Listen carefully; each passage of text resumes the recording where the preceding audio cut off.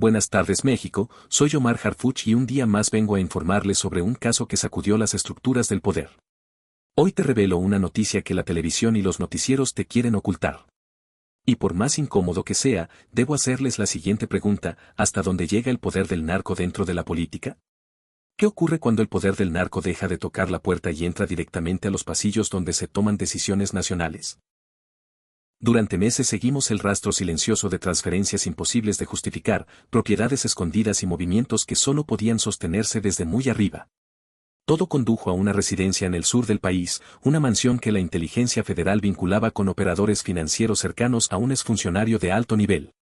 Nadie lo decía en voz alta, pero todos sabíamos lo que significaba. El 3 de noviembre de 2025, a las 5:30 de la mañana, nuestro convoy se detuvo frente a una casa imponente en Altozano, Tabasco.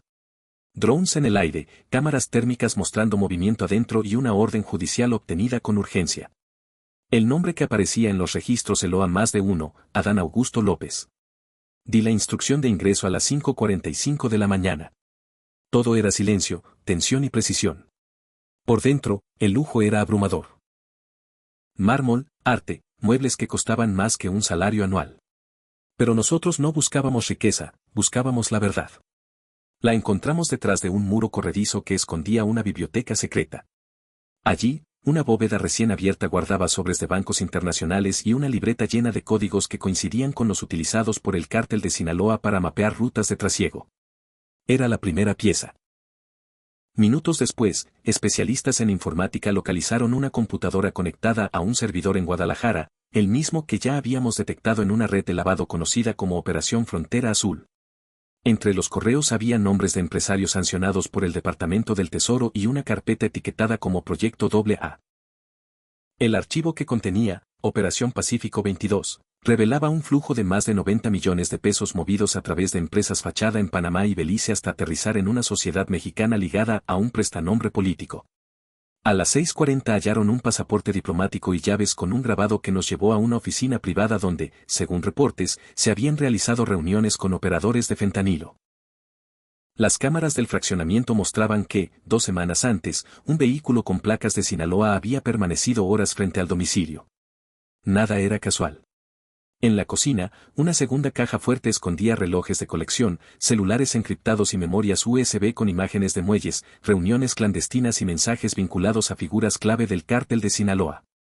Era una telaraña cada vez más densa. A las 7:25, un análisis de voz de un audio recuperado confirmó un 86% de coincidencia con la voz del exfuncionario. La frase era demoledora: ya está asegurado el corredor. No se preocupen, el apoyo viene desde arriba. No era prueba suficiente para recluir a nadie, pero sí para entender que la historia era mucho más profunda de lo que creíamos. A las 8 de la mañana, el ambiente dentro de la mansión era distinto. El lujo ya no significaba nada. Cada documento, cada memoria, cada rastro apuntaba a una estructura cuidadosamente construida para mezclar política, dinero y narcotráfico en una sola operación. Y entonces llegó el aviso final: un vuelo privado hacia Panamá había despegado la noche anterior. En la lista de pasajeros aparecían un asesor directo del exsecretario y un empresario sinaloense con historial de lavado. Las piezas encajaban con violencia. Esa mañana entendí algo que jamás había visto con tanta claridad. El narcotráfico no solo conquista territorios, también compra voluntades. No solo infiltra, sino que se sienta a la mesa del poder cuando nadie lo ve. Lo que encontramos ese amanecer no fue un cateo. Fue una línea cruzada. La línea que separa al Estado de aquello que lo corroe desde adentro. La frontera donde el Estado y el crimen dejan de ser opuestos y empiezan a mezclarse no fue un descubrimiento aislado. Lo que hallamos en esa mansión de Tabasco apenas era la superficie de una estructura mucho más profunda. Menos de un día después del cateo, mientras el eco de aquel operativo aún recorría el Centro Nacional de Inteligencia, las piezas comenzaron a unirse con una claridad perturbadora. A las 6 de la mañana recibimos el inventario final. 15 memorias USB, equipos de comunicación satelital, libretas con claves y una laptop conectada a servidores en Sinaloa y Panamá. Era material suficiente para sostener varias investigaciones, pero lo verdaderamente revelador estaba en los correos electrónicos recuperados. Entre ellos aparecía una cuenta institucional del 2024 usada para coordinar reuniones privadas.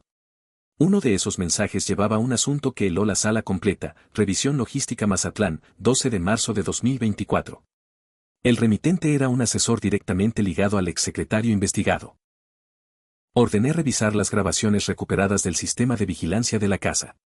En un video del 28 de septiembre, una camioneta blindada llegaba a la residencia. 3 hombres descendían, uno fue identificado como Francisco M., operador financiero del ala sinaloense vinculada a los Quintero.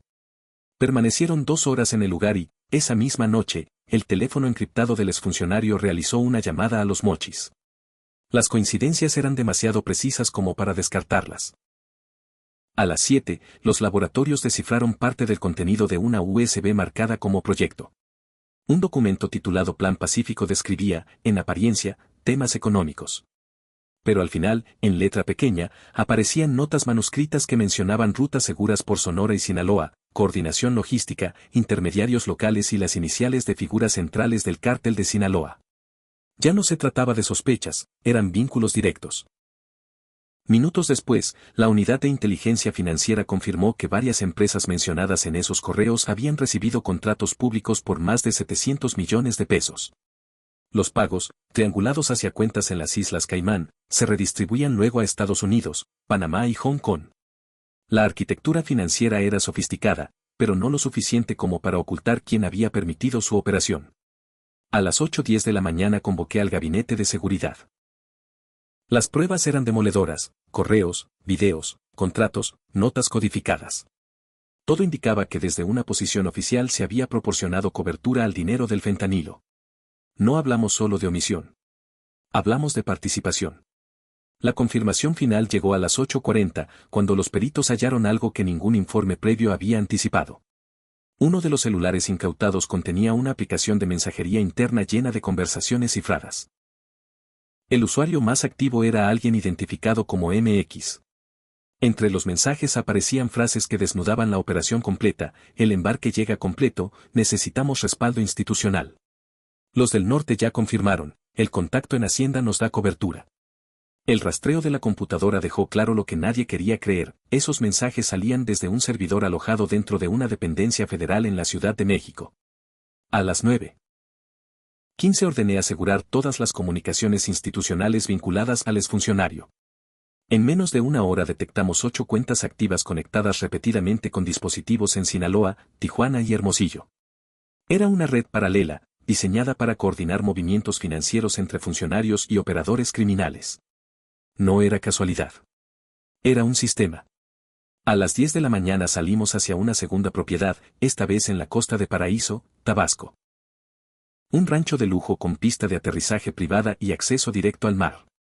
Allí, los agentes recuperaron registros de vuelo, documentos de embarcaciones y fotografías aéreas del puerto de Mazatlán. Pero lo más revelador apareció a las 10:45, una bitácora titulada Protocolo Delta. En sus páginas, rutas marítimas, fechas, contactos y nombres de empresarios, exfuncionarios y alcaldes del sur de Sinaloa.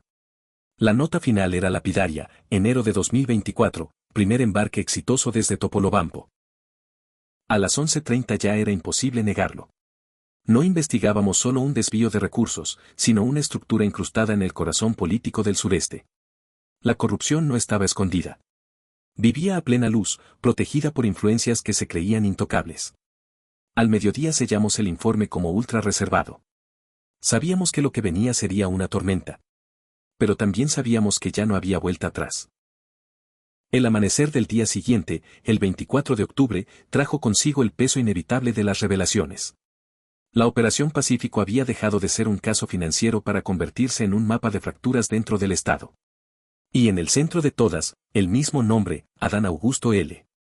A las 6:10, el Centro Nacional de Inteligencia emitió un reporte decisivo. Un disco duro incautado en el rancho contenía audios entre un asesor político y un operador del cártel de Sinaloa conocido como El Cuervo. La voz del asesor era clara: el contacto en Sinaloa ya tiene la aprobación. Los cargamentos se cubrirán con contratos de asfalto. No hay riesgo. Esa frase derribó cualquier duda. Los proyectos de infraestructura estaban siendo usados para mover químicos y dinero bajo la fachada de obra pública. A las 6:45, los analistas entregaron el informe Operación Delta. Ahí se cruzaban contratos del corredor interoceánico del Istmo con empresas fachada ligadas al cártel. Detrás de ellas, los mismos socios que movían rutas marítimas en Mazatlán y Topolobampo. Todo firmado bajo supervisión directa del secretario. A las 7:15 instalamos una mesa con la Unidad de Inteligencia Financiera y la Fiscalía Anticorrupción. Ya había suficiente para acusar por lavado, tráfico de influencias y asociación delictuosa. Pero una filtración podía detonar un terremoto nacional. Había que avanzar con precisión quirúrgica. Entre las grabaciones apareció una frase que hizo silencio en la sala: no te preocupes, el puerto queda libre. El jefe lo sabe. El jefe, según los analistas, era el líder de la fracción sinaloense encargada del envío de precursores químicos. Las fechas y los contratos coincidían como los dientes de un engranaje. A las 7:40 enviamos equipos a oficinas en Santa Fe. Ahí hallaron chequeras, estados de cuenta y documentos notariales con depósitos semanales desde Hong Kong y Dubái. Eran pagos por rutas seguras. Todos con las mismas iniciales. A las 8:30 la fiscalía se preparaba para solicitar las primeras imputaciones. Pero antes de firmar, llegó un reporte de inteligencia, una llamada interceptada entre un empresario de Villahermosa y un contacto en Culiacán. La frase al otro lado de la línea lo decía todo: diles que ya se movió el expediente. Que todo es montaje. Hay respaldo político. El mensaje era claro. Alguien poderoso estaba tratando de detener lo inevitable. La llamada interceptada no dejó dudas: alguien dentro de las instituciones estaba moviendo hilos para frenar la investigación. A las 9:15 ordené reforzar la cadena de custodia. Todas las pruebas digitales fueron trasladadas a la capital bajo resguardo militar. Nadie debía tocarlas. Pero en la autopista Puebla-Orizaba, una unidad intentó interceptar el convoy. Fue neutralizada sin disparos. El mensaje era obvio: deténganse, o habrá consecuencias. A las 10 de la mañana reunimos al gabinete de seguridad. Sobre la mesa, un expediente enorme lleno de pruebas del caso. El análisis fue inmediato: si todo eso se confirmaba, México enfrentaría el mayor escándalo de corrupción en décadas. Minutos después, mientras la prensa empezaba a presionar, el gobierno intentó suavizar el impacto con un comunicado ambiguo, pero ya era tarde, los nombres estaban expuestos. A las 11:15 proyectamos en el búnker las grabaciones del rancho en Paraíso. En una de ellas, un exfuncionario de infraestructura y un operador del cártel de Sinaloa descargaban maletines de una avioneta. Era la imagen perfecta del vínculo que habíamos estado siguiendo: política y crimen trabajando juntos. Para las 11:45, la conclusión era imposible de ignorar. Las pruebas no solo mostraban compra de rutas, sino compra de decisiones. A mediodía cerré el reporte. Evidencias confirmadas, resistencia interna detectada y la recomendación inmediata de proteger testigos clave. Mientras firmaba, pensé en todo lo que habíamos visto: mansiones, redes financieras, contratos disfrazados, reuniones clandestinas. Pero lo más revelador no estaba en lo que encontramos, sino en lo que nadie quiso decir. Ese silencio proveniente de los niveles más altos era la confirmación más peligrosa de todas. La verdad ya había salido a la luz y no iba a detenerse. Cuando el poder y el crimen se cruzan, solo queda un camino: exponerlo todo. Nombres, fechas, voces. Y que México, por primera vez en mucho tiempo, decida si aún quiere seguir mirando hacia otro lado. Si te gustó este video, suscríbete al canal Operación Arfuch para que no te pierdas de las noticias que están impactando al país y al continente entero.